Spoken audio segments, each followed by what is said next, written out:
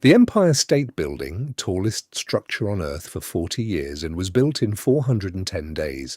The Hoover Dam finished 2 years early. The Golden Gate Bridge took 4 years, Apollo took 8. So explain this. Today, the same country can take longer to approve a mile of subway than it took to reach the moon. A wind farm can spend 16 years in review and never touch the water. A power line can wait 17 years for permission and then go up in 3. And here's what makes it strange. The people who built the impossible had slide rules. We have supercomputers. Every engineering problem they faced, we have since solved. We didn't lose the blueprints. The machines got better. The money got bigger. So what, exactly, is standing between America and the things it wants to build? It's not a what, it's a where. Because somewhere between 1931 and today, the hard part of building moved, and almost nobody noticed where it went. Let's go back to that skyscraper and ask an uncomfortable question. How was that speed even possible? Start the clock. In 1929, a group of investors decides to build the world's tallest building. They buy the land, they hire an architect, and then they need permission from, essentially, one city's building department. The plans are approved in weeks. Between the idea and the steel, there were 3 doors to walk through: the owners, the bankers, and city halls. That was the whole hallway. Now, before the comments fill up, this is not a story about a golden age, because that speed had a price, and the price was paid in human beings. 5 workers died building the Empire State Building. Around 100 died on the dams of that era. Whole neighborhoods were bulldozed for highways without so much as a public meeting, and the river downstream of the factory was simply downstream. Nobody sane wants that century back. Over the next 50 years, America wrote rules so that building couldn't hurt people the way it used to. Worker safety, clean air, clean water, environmental review, historic preservation, community input. Each rule was a door, added for a reason. Each door, on its own, defensible. And that's exactly what makes this story interesting, because nobody ever stood back to ask what all those doors add up to when you put them one after another in a single hallway between every idea and every shovel. Watch what happens to that hallway over 50 years. In 1970, a new federal law adds a wing. Before major projects can proceed, agencies must study the environmental consequences and document them. Reasonable. Then clean air rules add a corridor. Clean water rules another. Historic preservation another. States build their own copies of the federal wings. Cities add local review, community boards, design commissions, and one Supreme Court-era shift matters more than all of it. Citizens gain the standing to sue, to challenge the studies, which means the studies grow longer, to survive the challenge, which means more to challenge. The average federal environmental review now runs about 4.5 years, for highways over 7, and the documents average 600 pages because every page is armor against a lawsuit. Now pull the camera up. Look at what half a century of reasonable additions built. It's not a hallway anymore. It's a maze. Hallways that fork, doors that need separate keys, and loops that send you back to hallways you've already walked. And here is the sentence this whole episode turns on. The project is no longer moving toward construction. It's moving through paperwork. The bottleneck isn't concrete. It isn't steel or money or engineers. The bottleneck is the maze, which raises the question you're already asking. What does it actually feel like to walk through it? Let's walk one project through in real time. New York City. Second Avenue, a subway line first drawn on a map in 1920, before television existed. The Depression kills it. The war kills it again. The city's bankruptcy kills it a third time. Fine. History gets a pass. But in the mid-1990s, a rich, stable, modern New York gets serious. The line is needed, the money is findable, the engineering is trivial by 1930s standards. Start the clock now and walk. First hallway, studies, years of them. Then the environmental review, thousands of pages, because remember, pages are armor. Then the funding hallway, which loops through Washington and back. Then design revisions. Then the review of the revisions.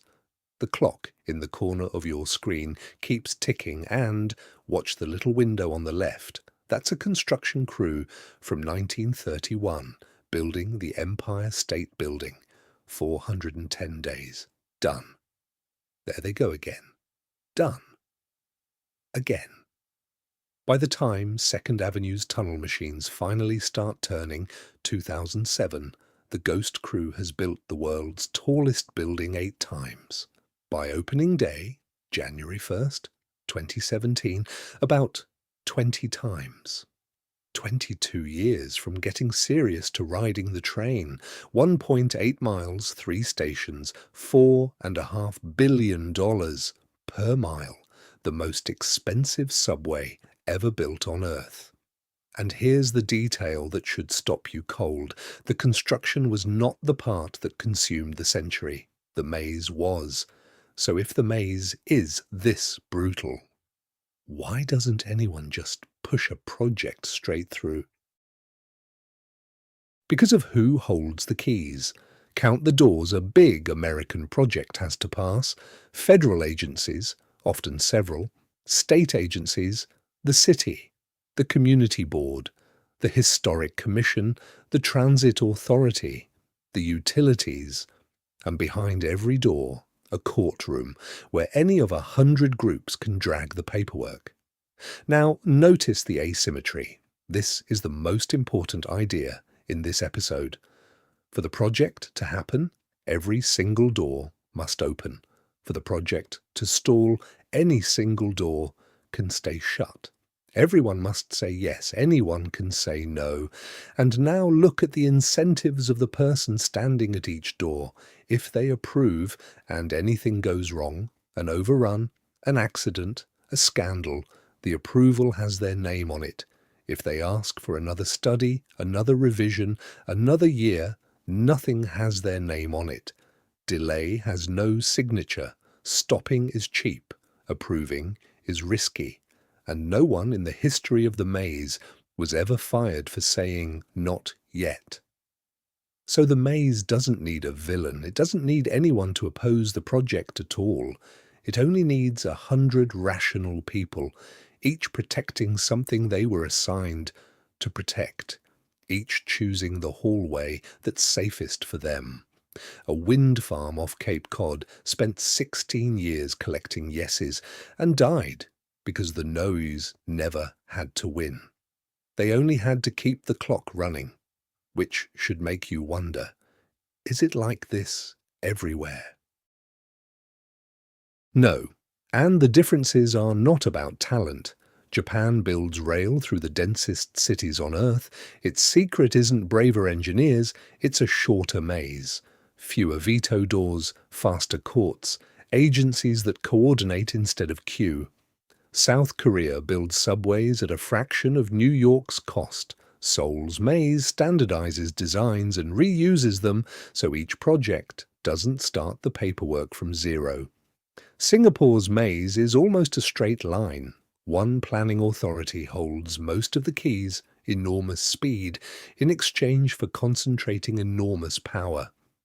And China builds fastest of all. 45,000 kilometers of high-speed rail in 2 decades because its maze barely has doors. When the state decides, objections don't get a courtroom.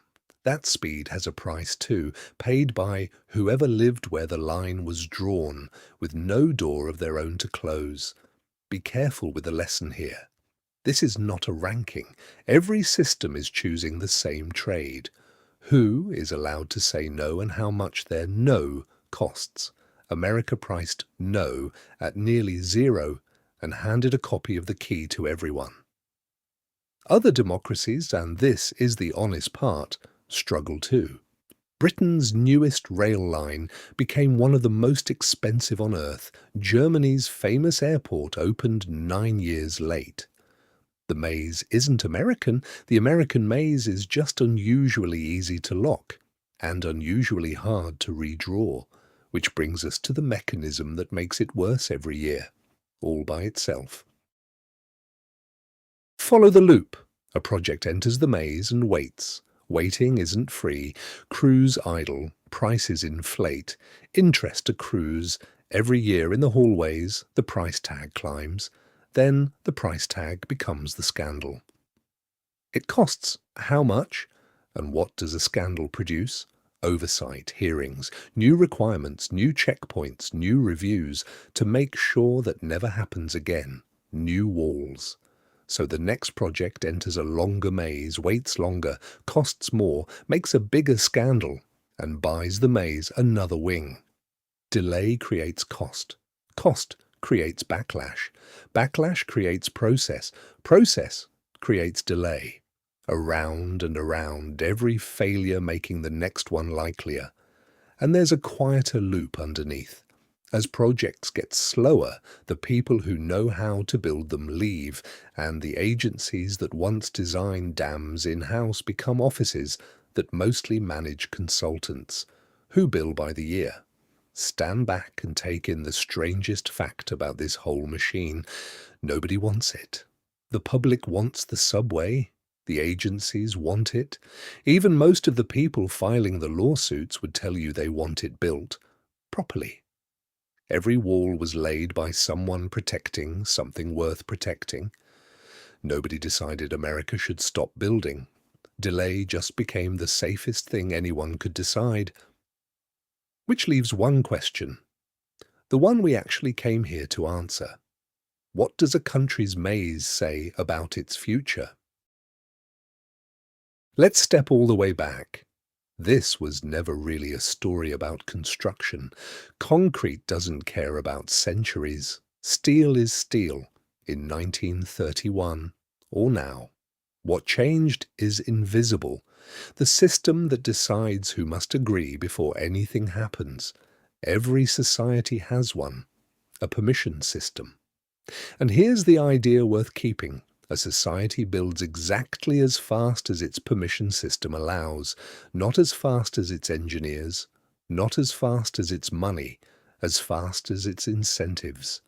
The dam that took 5 years and the subway mile that took 22 were built by the same country, under 2 different sets of rules about who can say no.